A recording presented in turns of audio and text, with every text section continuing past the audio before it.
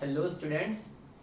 So today we are going to start the new chapter of class 10th mathematics, that is chapter number 5, complex number and quadratic equations. Okay students, in the 10th class you have studied quadratic equations. Okay, you have studied like that कि ax square plus bx plus c equal to 0. Okay, and in that chapter we have studied the nature of roots. Okay, and in that section I told you the nature of the roots of quadratic equations can be determined by the value of discriminant, that is d. We all know that d is equal to b square minus 4ac.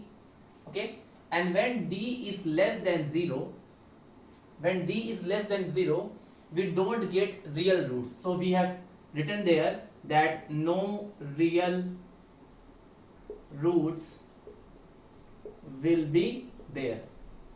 We know that there were three conditions. First condition was d greater than 0, so in that case roots were real and unequal. The second case was d equal to 0 when the roots was equal and real, and the third case was when d less than 0, roots are non-real. Non-real means imaginary. So for finding the solution of that type of roots, we study the complex number. Okay, because when we don't get real roots, so that type of roots can be calculated with the help of complex number. For example, suppose you have a quadratic equation like x square plus 1 equal to 0. Okay, it is a quadratic equations. Okay, and when you will calculate the d of this equation, see, when I will calculate the d of this equation, so d is b square minus 4ac. Okay, and when we see this equation, we can see that in this equation b is 0. Okay, b is the coefficient of x, and because there is no x, it means b is 0. Okay, so from here we can say that it is 0 ka square minus 4 into 1 into 1. How I have written the value of a and c? Because when you will compare this equation to the general form, you will get the value of a equal to 1, the value of b equal to 0, and the value of c equal to 1. So when with the help of this equation, when we will calculate the value of d, we will get 0 minus 4, that is minus 4. See, and in this case d is less than 0 now. So if d is less than 0, so we cannot get real roots. So what will be the roots? What roots will be there, but that will not be real roots. It will be imaginary roots, and that type of roots can be calculated with the help of complex number. Okay, so one things come in the mind that, see, suppose it is a simple concept like, suppose you have a quadratic equation x square plus 1 equal to 0, and I said to you find the solution of that equations. Okay, so suppose when I will solve it, I will get x square equal to minus 1. I will get now x square equal to minus 1. Now one more thing, student. Suppose x is a real number. Suppose x is a real number, and we all know that the square of any real number cannot be positive. Sorry, cannot be negative. I apologize. Square of any real number cannot be negative, and from here we can see that the square of x is coming minus 1.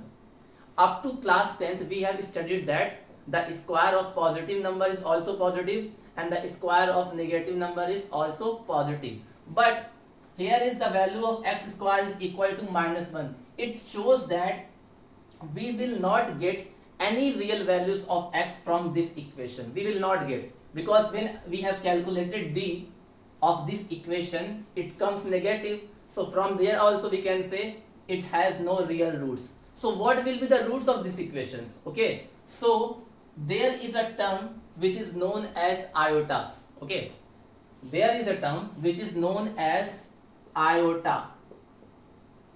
You can check the spelling, iota. Okay, and iota is represented by small I. How? By small I. ठीक है, Now student, what is I? The value of iota, that is iota, is equal to under root minus 1. By experiment, the value of iota is equal to the square root of minus 1. Okay, so see student, see, when I will get the solution of x square equal to minus 1. Okay, so see, when I will do the squaring of these, what I will get? I will get I square equal to minus 1 का whole under root minus 1 का whole square I will get ना. So from here I can write I square is equal to minus 1. From here I can say I square equal to minus 1. So in place of minus 1, what I can write? In place of minus 1, what I can write? I can write I square. Okay, so when I will get the solution of x. So what I will get? X will be equal to plus minus under root I square, and when we will take out the square root of I square, what we will get? We will get plus minus I. Okay, so this will be the solution of this quadratic equations. Okay, now why it is imaginary? Because we all know that inside under root, if anything is present and that thing is negative, so that number is known as unreal, means imaginary. Okay, when we see any negative number inside square root bracket, so that number is known as imaginary number. Okay, imaginary number. Okay, so from here we can see that under root minus 1 is a imaginary number, and that number is represented by small I, which is also known as iota. So the solution of this quadratic equation is equal to plus minus I. So why I have started this chapter from here? Okay, because I need to take an example of quadratic equation which has not real roots.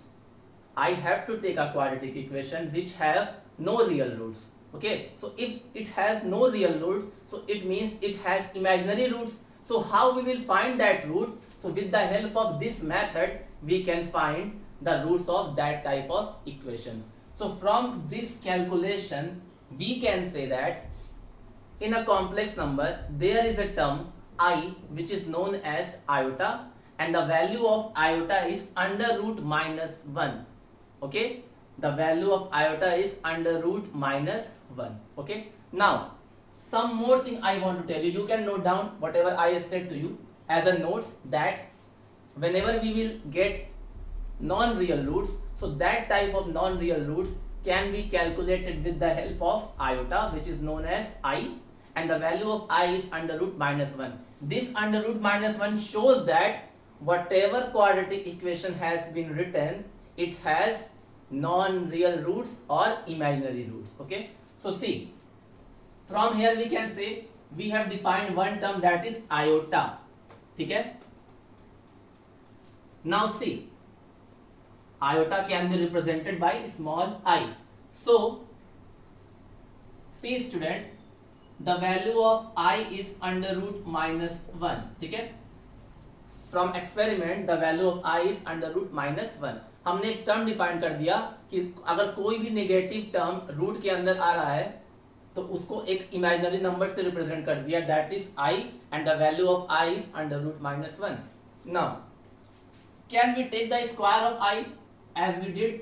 So when we will take square of I, so under root minus 1 का square, so it will be what? Minus 1. Okay, so the I square will be minus 1. Now suppose I will take I cube, I का power cube. ठीक है, so I का power cube को what we can write? We can write I square into I ना. We can write I square into I, and I square value we have already calculated. So in place of I square, I can write minus 1, and in place of I only I. So it shows that I cube is equal to minus I. Okay, now one more thing, I to power 4. I to power 4. ठीक है, so now I to power 4 can be written as student I square into I square. Okay, first you understand this thing how it is coming. So I to power 4 can be written as I square into I square, and the value of I square is minus 1.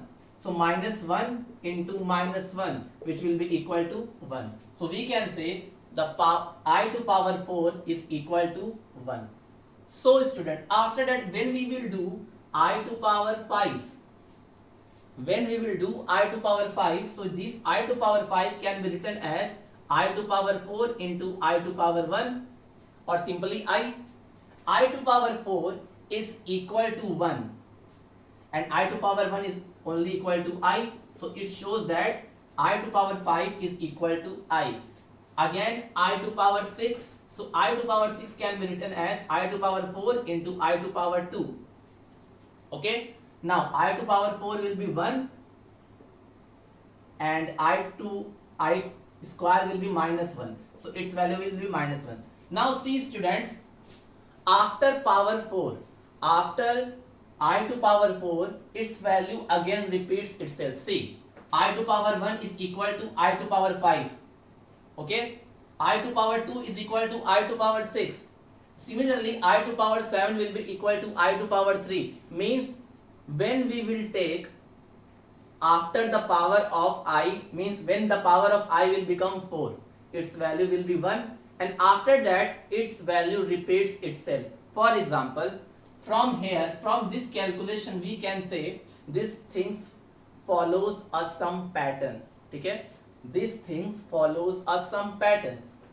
What you need to do, you need to know the value of I to power 1 to I to power 4.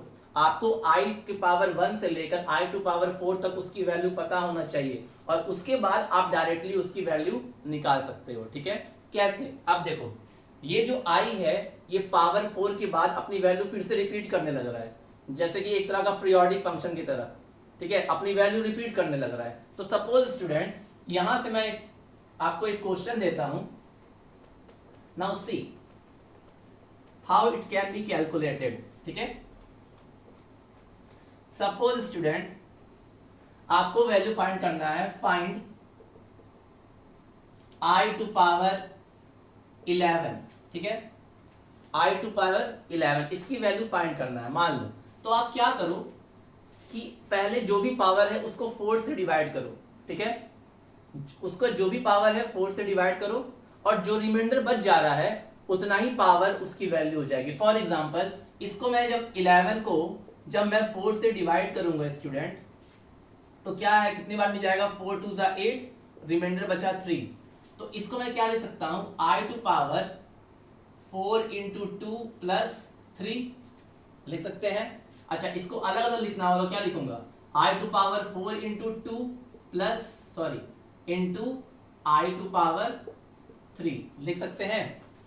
अच्छा, आप देखो, I to power 4 into 2, तो इसको क्या ले सकते हो आप? I टू पावर 4 का पावर 2 इंटू I का पावर 3. अब ध्यान दो, I का पावर 4 कितना होता है स्टूडेंट? अभी मैंने बताया I टू पावर 4 कितना होता है? 1. तो 1 का स्क्वायर तो 1 ही होगा, इंटू I क्यूब. ठीक है, तो ये तो 1 ही हो गया. और I क्यूब कितना होता है स्टूडेंट? मैंने अभी आपको बताया I cube is minus I, तो इसकी जो वैल्यू निकलेगी वो निकलेगी माइनस I.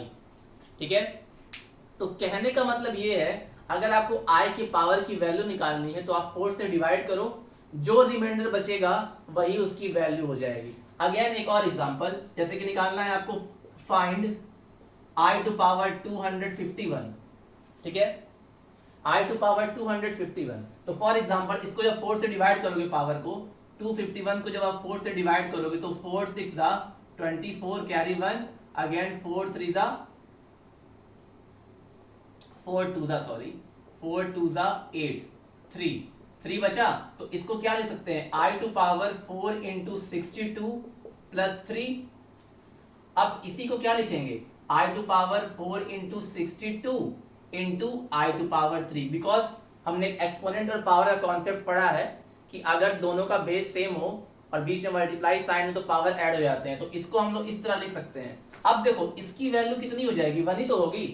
इसकी वैल्यू कितनी होगी? क्योंकि ये 4 का मल्टीपल है, और I का पावर अगर 4 का मल्टीपल है इतना याद रखना, अगर i का पावर 4 का मल्टीपल है तो चाहे जितना भी पावर होगा उसकी वैल्यू 1 हो जाएगी। तो यानी कि इसको जब हम लिखेंगे तो इसकी वैल्यू क्या लिख सकते हो आप, i to power 4 power 62 and into i to power 3, इस पूरे की वैल्यू कितनी हो जाएगी 1 and into i to power 3, यानी कि 1 इंटू i टू पावर 3, और i टू पावर 3 की वैल्यू होती है -i। तो कहने का मतलब है कि i का पावर 1 से लेकर अगर i का पावर 4 तक आपको पता है तो आप i की कोई भी पावर की वैल्यू फाइंड कर सकते हो, ठीक है। इससे आप दो नोट लिखना, पहला, अगर i का पावर 4 का मल्टीपल है तो उस i की जो पावर की वैल्यू होगी वो हमेशा 1 होगी, ठीक है। when the power of i is the multiple of 4 then the value of that i to power something is equal to 1, ठीक है। और अगर रिमाइंडर बचता है तो वही उसकी वैल्यू हो जाएगी, मतलब कि जैसे ये था i टू पावर 251 था, तो i टू पावर 251 की वैल्यू वही होगी जो i टू पावर 3 की वैल्यू होगी। क्यों? क्योंकि रिमाइंडर कितना आया है 3, बस रिमाइंडर पे मतलब है। रिमाइंडर अगर कुछ भी नहीं आए इसका मतलब वो 4 का मल्टीपल होगा, और अगर 4 का मल्टीपल होगा तो उसकी वैल्यू हमेशा 1 होगी। एक और एग्जांपल करके बताते हैं ताकि आपको क्लियर हो जाए। बस आपको रिमाइंडर देखना है, अगर रिमाइंडर 0 आ गया तो इसका मतलब वो 4 से डिविजिबल है। क्या करना है पहले आपको, first you have to divide the power of i by 4, ठीक है। For example suppose i to power 1101, i to power 1101 की वैल्यू फाइंड करनी है, फाइंड i टू पावर 1101, ठीक है। What you do, you divide this power by 4, ठीक है। So 1101 when you will divide by 4, how many times it will go?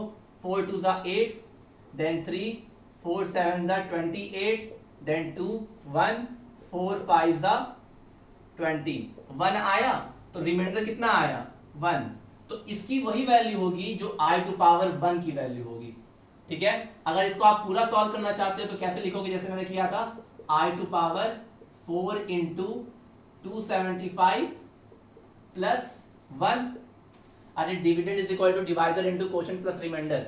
ये 1101 dividend था तो उसको जब 4 से डिवाइड करोगे तो 4 इंटू 275 प्लस 1 आएगा। अब इसको आप अलग अलग करके लिख लो, तो i टू पावर 4 इंटू 275 एक ब्रैकेट में और दूसरे ब्रैकेट में i टू पावर 1। अब देखो i का पावर 4 इंटू समथिंग, यानी कि जो i का पावर है 4 का मल्टीपल है, तो इस पूरी की वैल्यू 1 हो गई, और i टू पावर 1, और i का पावर 1 तो i ही होता है, तो आंसर विल बी i। तो नोट में आपको दो चीज लिखनी है, अगर i का पावर 4 का मल्टीपल है तो i का कितना भी पावर हो उसकी वैल्यू 1 ही होगी। वैल्यू 1 तब होगी जब उसका पावर 4 का मल्टीपल होगा, और अगर 4 का मल्टीपल नहीं है या रिमाइंडर कुछ आ रहा है, मान लो रिमाइंडर 2 आ रहा है, जब आप किसी भी नंबर को 4 से डिवाइड करते हो तो क्या क्या रिमाइंडर आ सकता है, रिमाइंडर आ सकता है 0 आ सकता है, 1 आ सकता है, 2 आ सकता है, 3 आ सकता है, ठीक है। तो अगर i का पावर 0 होगा तो उसकी वैल्यू 1, i का पावर 1 होगा तो उसकी वैल्यू i का पावर 2 होगा तो उसकी वैल्यू -1 सॉरी, और i का पावर 3 होगा तो उसकी वैल्यू -i, ठीक है। तो अगर i के वाले क्वेश्चन आते हैं आपके एग्जाम में तो आपको सिंपली करना क्या है, आपको 4 से डिवाइड करना है। अगर रिमाइंडर 0 आ गया तो उसकी वैल्यू क्या होगी 1, अगर रिमाइंडर 0 आ गया इसका मतलब क्या है कि उसका पावर 4 से डिविजिबल है, और अगर आप पावर 4 से डिविजिबल है तो वो 4 का मल्टीपल है, तो 4 का मल्टीपल है तो कुछ भी पावर हो वैल्यू 1 ही होगी। और अगर रिमाइंडर बचता है तो जितना रिमाइंडर बचा है वही i के पावर में आ जाएगा, वही उसकी वैल्यू हो जाएगी। तो आपका होमवर्क ये है स्टूडेंट, इसके लिए होमवर्क क्या है, आप क्या करना, इसकी वैल्यू फाइंड करना, ठीक है। Find i to power 87, i to power 1108, i to power 2511, i to power 7618, ठीक है। ये सारी की वैल्यू आप फाइंड करना कॉपी में, ठीक है, और मुझे बताना। बस पावर को 4 से डिवाइड करना, अगर पावर 4 का मल्टीपल है, 4 का मल्टीपल होगा तो रिमाइंडर 0 होगा, रिमाइंडर 0 होगा तो उसकी वैल्यू 1 के बराबर आ जाएगी, ठीक है। और इन केस 4 से डिवाइड करने पर रिमाइंडर बच रहा है तो जितना भी रिमाइंडर बचेगा that will be the answer. Means अगर 3 रिमाइंडर बच रहा है तो आंसर होगा i टू पावर 3, अगर 2 रिमाइंडर बच रहा है तो आंसर होगा i का पावर 2, और i का पावर 2 की वैल्यू -1 होती है, ठीक है। ऐसे ही आप इस तरह की वैल्यूज फाइंड कर सकते हो, ठीक है। तो ये बेसिक डिफिनेशन था i के बारे में, ठीक है।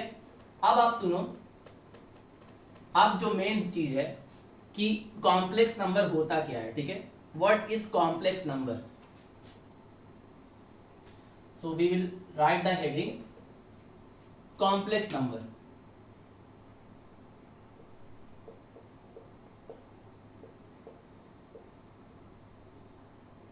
ठीक है, तो मैं लिख दे रहा हूं क्या होता है. If a and b are real numbers, if a and b are real numbers, then the number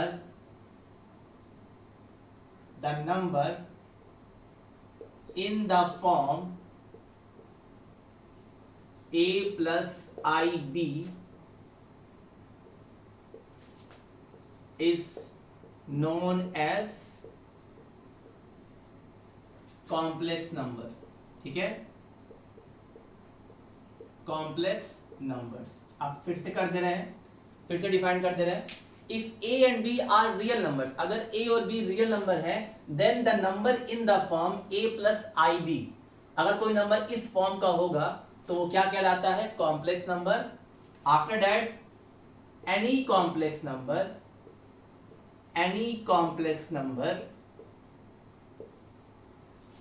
can be represented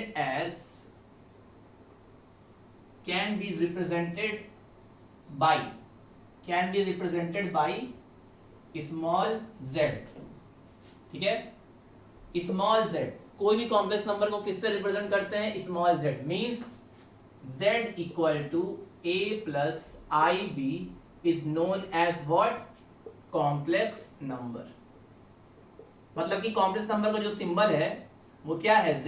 अगर z लिखा है स्मॉल z, ये स्मॉल z है. ठीक है, स्मॉल z से अगर लिखा गया है तो ये क्या है, कॉम्प्लेक्स नंबर, जिसको किस फॉर्म में लिखते हैं, a प्लस आई बी, जहां पर a और b क्या है, real number. a and b are real number. Real number आपको ही पता है, रियल नंबर माइनस इनफाइनाइट से प्लस इनफाइनाइट तक होता है. ठीक है, अगर रियल नंबर की बात की जाए तो माइनस इनफाइनाइट से लेकर प्लस इनफाइनाइट के नंबर को क्या बोलते हैं, रियल नंबर. और रियल नंबर एक सेट होता है जिसको 8 से रिप्रेजेंट करते हैं. और अगर आप सिंबल के टर्म्स में लिखना चाहो तो in bracket minus infinite to infinite, ये होता है रियल नंबर. ठीक है, चैप्टर नंबर 1 में आपको बताया गया होगा कि रियल नंबर होता क्या है. ठीक है, R means real number. If you want to represent in this manner so it can be represented like minus infinite to infinite. ठीक है, so first to note down this thing, if a and b are real numbers, then a number in the form a plus ib is known as complex number. Complex number represented by small z, and z equal to a plus ib is known as complex number. Okay, so note down it.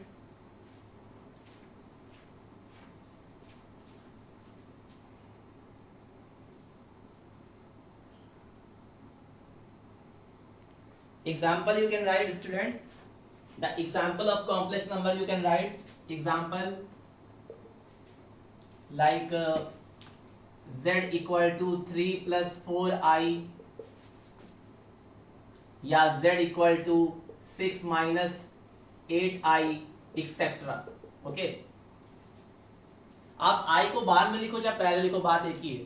इस form में भी लिख सकते हो या ऐसे भी लिख सकते हो, 3 प्लस i इंटू 4, ऐसे भी लिख सकते हो, या z equal to 6 plus i into minus 8, ऐसे भी लिख सकते हो. ठीक है, तो इससे मतलब नहीं है, इस फॉर्म का होना चाहिए a प्लस आई बी का.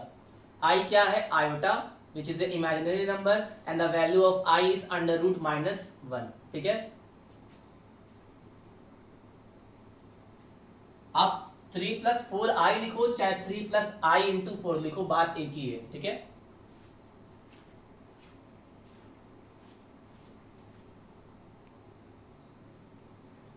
now student, I told you any complex number can be represented like z equal to a plus i b in the form. ठीक है, z is equal to a plus i b where a and b are real number.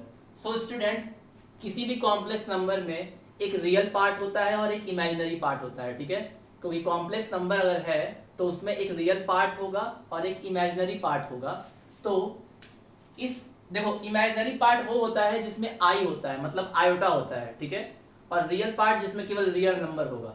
तो देखो ये complex number z equal to A plus I B, A में कोई भी आई नहीं है, मतलब कि ए एक रियल नंबर है, इसके साथ कुछ भी नहीं है, तो ये इस कॉम्प्लेक्स नंबर का रियल पार्ट हुआ। और b के साथ क्या जुड़ा हुआ है, आई, तो यानी कि b जो होगा वो इसका इमेजिनरी पार्ट होगा। तो हम कह सकते हैं रियल पार्ट, देखो रियल पार्ट ऑफ z, इसको बोलते हैं रियल पार्ट ऑफ z, मतलब कि real part of a complex number is what, a and imaginary part of z equal to b। ये समझने की चीजें हैं, ठीक है, बहुत इंपॉर्टेंट है ये, इसको समझना आप। कोई भी कॉम्प्लेक्स नंबर में क्या होगा, रियल पार्ट होगा, इमेजिनरी पार्ट होगा। रियल पार्ट वो होगा जिसमें केवल रियल नंबर होगा, दैट इज a। a किसी के साथ जुड़ा नहीं है, a अकेले है, इसलिए इस कॉम्प्लेक्स नंबर का रियल पार्ट कौन सा है, a। और इस कॉम्प्लेक्स नंबर का इमेजिनरी पार्ट वो होता है जिसमें i एसोसिएट होता है, मतलब कि i कनेक्टेड होता है। तो इस पार्ट में आप देख रहे हो कि i कनेक्टेड है, और आपको ही पता है कि i क्या होता है, इमेजिनरी नंबर। वो इमेजिनरी नंबर इसलिए होता है क्योंकि उसकी वैल्यू क्या होती है, अंडर रूट में -1, और अगर रूट के अंदर कोई भी नेगेटिव नंबर आ रहा है तो वो हमेशा इमेजिनरी ही होता है, ठीक है। तो यहाँ से हम कह सकते हैं कि हर एक कॉम्प्लेक्स नंबर में एक इमेजिनरी पार्ट होता है और एक रियल पार्ट होता है। इस कॉम्प्लेक्स नंबर का रियल पार्ट a है और इमेजिनरी पार्ट b है। रियल पार्ट a इसलिए है क्योंकि रियल पार्ट में ये a अकेला है और a क्या था, एक रियल नंबर, इसलिए ये हो गया रियल पार्ट। और इमेजिनरी पार्ट b इसलिए है क्योंकि b के साथ क्या था, i, जो कि इमेजिनरी नंबर है, इसलिए इसका इमेजिनरी पार्ट क्या हो गया, b। इसको बोलते हैं रियल पार्ट ऑफ z, और इसको बोलते हैं इमेजिनरी पार्ट ऑफ z, यानी कि कॉम्प्लेक्स नंबर।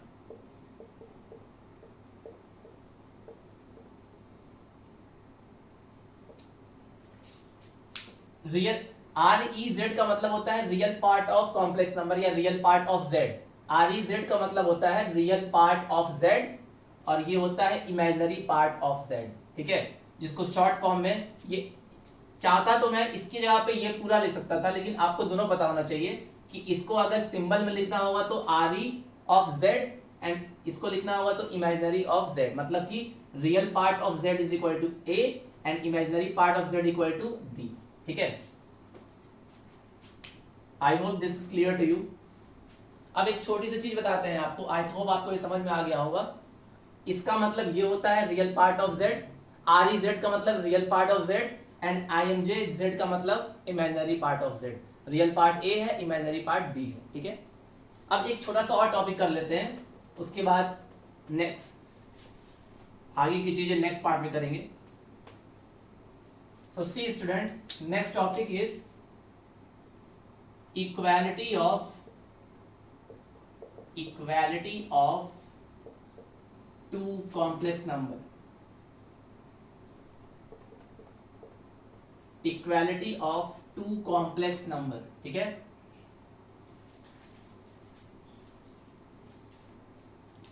तो क्या होता है ये two complex numbers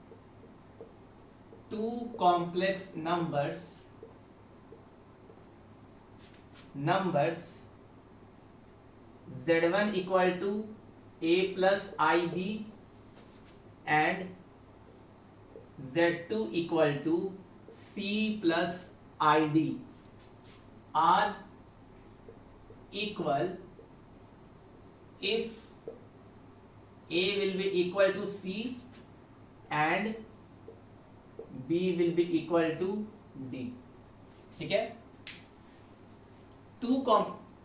equality of two complex number मतलब कि दो कॉम्प्लेक्स नंबर इक्वल कब होंगे, तो two complex number such as z1 equal to a plus I B and z2 equal to c plus I D are equal only when a is equal to c and b is equal to d। कहने का ये मतलब है कि दो complex number equal तभी होते हैं स्टूडेंट जब दोनों के रियल पार्ट आपस में इक्वल हो और दोनों के इमेजिनरी पार्ट आपस में इक्वल हो। देखो अगर Z1 इक्वल टू Z2 है स्टूडेंट, तो Z1 की वैल्यू क्या है a plus I B and Z2 की वैल्यू है c प्लस आई डी। अगर ये दोनों इक्वल हैं so we can write then इसका real part a will be equal to इसका रियल पार्ट c एंड इसका imaginary part b will be equal to इसका इमेजिनरी पार्ट d। ठीक है, ये हुआ। ठीक है, तो आप इसको नोट कर लो student.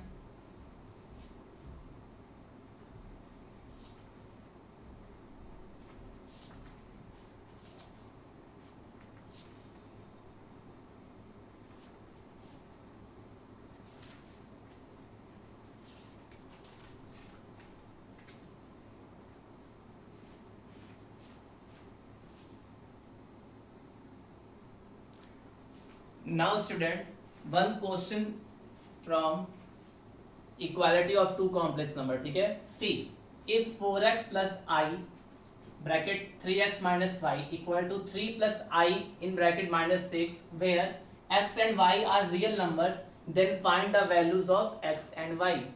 So student see here two complex number are equal to each other। see ये भी एक complex number है क्योंकि ये a plus ib फॉर्म में है, और ये भी एक कॉम्प्लेक्स नंबर है क्योंकि ये a plus I B form में है। तो इसको जब सॉल्व करोगे तो पहले आप लिखो 4x plus I in bracket 3x minus Y will be equal to 3 plus I in bracket minus 6। They both are complex number and they both are equal. Why they are equal? Because it is given between them equal to sign is there. तो ये दोनों आपस में equal हैं। तो जब equal हैं तो दो कॉम्प्लेक्स नंबर तभी इक्वल होते हैं, अभी मैंने आपको बताया, जब उनके रियल पार्ट आपस में इक्वल हो और उनके इमेजिनरी पार्ट आपस में इक्वल हो। तो रियल पार्ट को कंपेयर करते हैं। तो अगर कंपेयर करें,